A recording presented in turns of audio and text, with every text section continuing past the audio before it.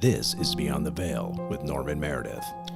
Good evening, ladies and gentlemen. Welcome back for another episode of Beyond the Veil with me, your host, Norman, and co-host and producer, Ed. Hello. We're live from the marketplace in Pickens, South Carolina today. And today we're going to talk about cryptids in New Hampshire. And believe it or not, we only got a couple, which is nice, so we don't have to talk about half a dozen or try to screech in 12 and 20 minutes. So it's going to be a few to talk about. We're going to give an honorable mention to two creatures that have been mentioned previously, and one that reoccurs in every podcast that we're going to be talking about for cryptids. And you know which one? Bigfoot. Do we got a camera to show that? We do not. I'm going to have to bring that up next time. Show people. Okay. We can show the decorations. Yeah, show the decorations that we got on the table. You know, we're trying to spruce up our studio here a little bit. Like sitting on the table, I got a Bigfoot eating garden gnomes. Yeah, so if you like your garden gnomes, I'm probably committing blasphemy by having a Bigfoot chomping down on them. We got a Godzilla with his lights up, a UFO, army man, and a tuning fork. And then our walls are covered with all sorts of different memorabilia just to add a little flavor to our studio. And it's just something we had to do because we had to get out of the plain paper bag look that we were doing. And so I hope y'all like it. And if you got any ideas, or if you ever want to send something, reach out to Ed Lease or me, Norman, your host, and we'd be loved to put it out here on display in the studio. All right, tonight let's talk about cryptids in New Hampshire, Ed. Let's do it. All right. Well, there's about 4 or 5 cryptids in New Hampshire that stand out in our tonight's show. And one of the key ones, first one, is called the Wood Devil. It is a large white creature, sometimes confused as a Bigfoot, but it's not a Bigfoot. It's been primarily spotted in the White Mountains of Coos County. These are between 7 and 9 foot tall, skinny, gray-haired humanoids known for standing perfectly still against trees to blend in. They've been reported since the 1930s and often described as shy, fast, and elusive. Kind of sounds like a Bigfoot. Yeah, whatever you do, don't look up the word coos and what it means in Italian. Is it what I think it means? It probably is. All right, but this is an interesting creature that just seems to be like a ghost of the forest. Shame on you, Ed. I know. We got to keep up the humor. But it sounds like a ghost of the forest in a way. You know what I'm saying? Like a watcher. Oh, yeah, for sure. You know, you've heard of watchers in the woods. Mm-hmm. This sounds like that would be one of the creatures that would be out there. A watcher in the woods. I've got another one that's got like sort of a goat's head to it. I believe it's the second picture Yeah. up. Right here? Yeah. Now, this one's got sort of a goat's head, but still it's supposed to be a representation of people's, what's the word I'm looking for? People's, views. Don't know. When you see something. Point of view? Thank you. Point of view. People's point of view of what they may have seen or not seen out in the forest. So it's got more of a horse's head. It has more of a camel face. Yeah, maybe. Yeah, that's what I look at. You know. Camel, horse head. Yeah. Interesting. Kind of the same. You know what else it reminds me of? What's that? The New Jersey swamp demon or swamp devil? Yes, the one that flies. You know, because it has a horse's head type face. I bet you if you added wings to this sucker, it would be flying. You know, it's just one of those creatures that just, hey, it looks like it could be. Yeah, it looks thin-boned, light, maybe hollow bones like a bird. Maybe at one point it did. But and with those legs, I bet you it moves fast. Yeah. And so, you know, it's going to be one of those creatures. It's a humanoid ostrich camel is what it is. That's what it looks like. A hybrid for sure. Oh, yeah. All right. Our next one up on tonight's list is the devil monkey.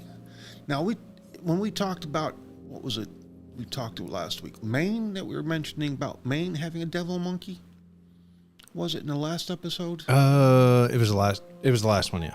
We were talking about them having a devil-type monkey. Well, New Hampshire has one as well. It's a creature rumored to roam across areas like Dansville, described as part ape, part baboon, highly aggressive, and sometimes accused of killing livestock. Now, once again, we can go back to the same theory that we talked about before. It could be a baboon. You know, baboons have been known to kill animals. Oh yeah, they've been known to rip the faces off of human beings too. Yeah, they are a carnivore. And they escape. South Carolina has Monkey Island. Mm-hmm. You know, just all sorts of lab monkeys out there. I mean, it's very possible. Maybe a pair did escape somewhere up in the New England states, and their offspring are actually running around up there. Or as a pet. Or a pet. And they got rid of it and or it escaped, you know.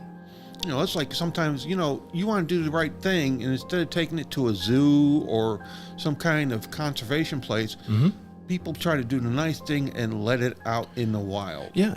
And, you know, people have done that with snakes and alligators and different fish. And they're just like, oh, I'm going to flush it down the toilet. This thing ends up in some river somewhere. And now you have those Asian carp that fly out of the water and people shoot with shotguns and stuff. Or boas in Florida. Yeah. Boa constrictors, anacondas. And alligators in New York City sewers. I've been told that. That was on our last episode.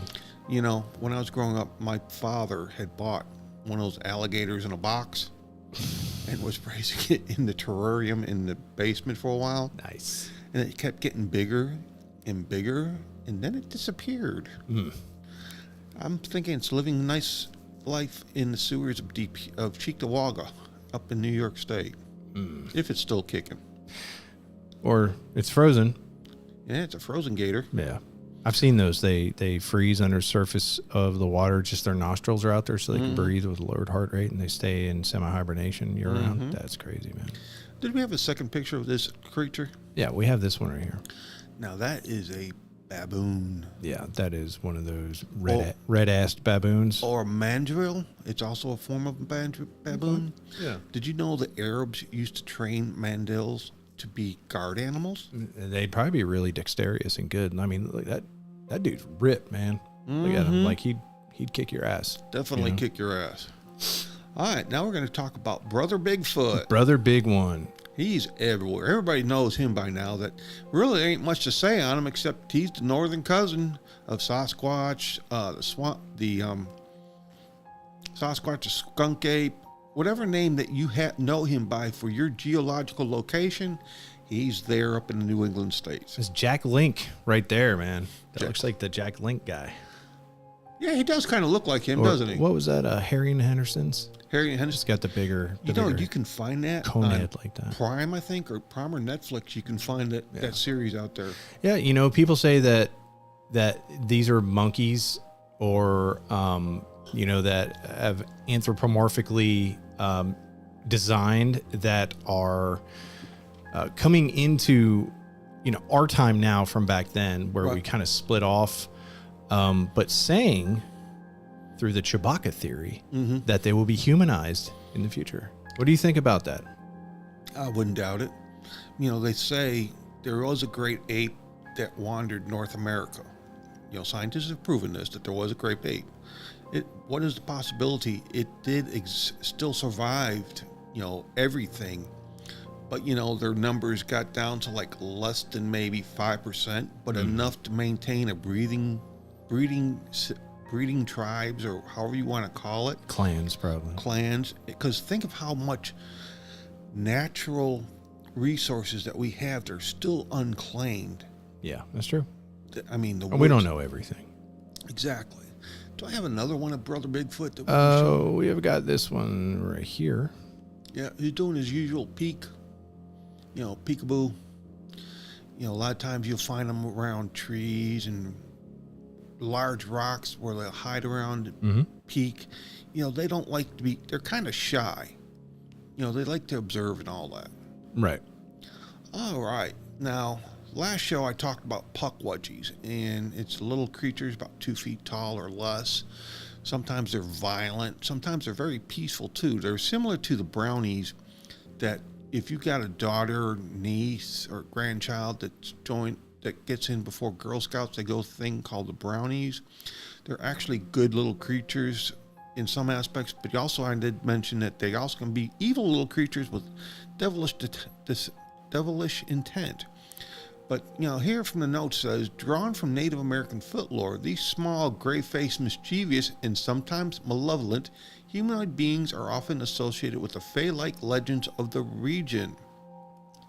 So it just depends on which side of the coin that you encounter them in.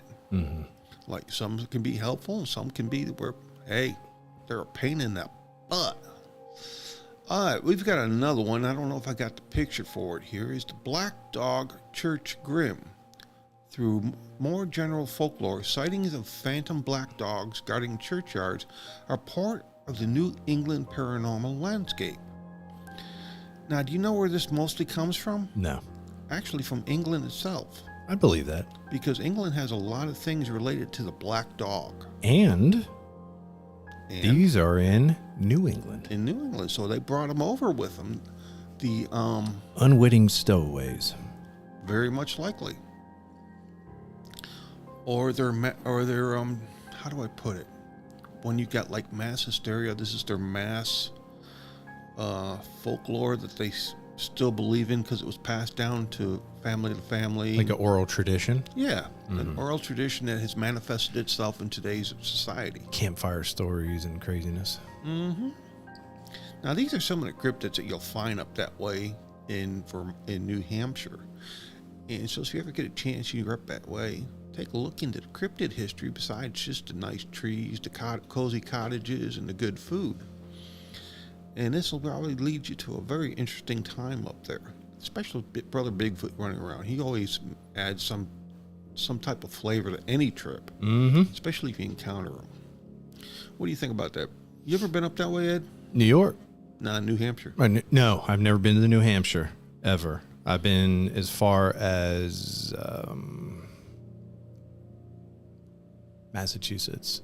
I've been to Massachusetts, Rhode Island. Went to Boston. Maine, but I did that as a kid when I was a young whippersnapper, Yeah, like 20 years ago. Nah, even younger than that. This is before you were even kicking around. I'm trying to be generous. I know. But it's always amazing at some of the stories that gets told and gets retold. Sometimes I wonder if cryptids are not part of like a mass hysteria thing where because we tell the stories and stories are told that we don't create it mentally, through, some people say because of ley lines and there's a thing called mana that we don't create the vision of the creatures that we're looking at. You ever thought about something like that? Never. I know, it's something new for you to think about. I don't have much more to talk about this subject, so we're going to cut this one short. And because we're going to do CERN next for our next show. We're going to do this right after this show. It's going to be the bonus episode for today, which is Tuesday. Oh, if you haven't noticed, both Ed and I are rocking our Chuka Copper shirts today. Here, let me put it on. Here we go. We went ahead and color coordinated by accident, so that was pretty cool. So yeah, don't be surprised in the future you see us wearing other shirts besides Beyond the Veil. That's right, and it's a good fit, and it's, what do the kids call it? It's drip. Is it drip? Drip. Is that the new word now? Fit and drip. Yep, that's what it is. Well, I have to thank Amazon for these because that's where I got them from. That worked great. Yeah, I figured I'd do something else besides just my BTV t-shirt. Excuse me. Is what it is. Add a little flavor to things.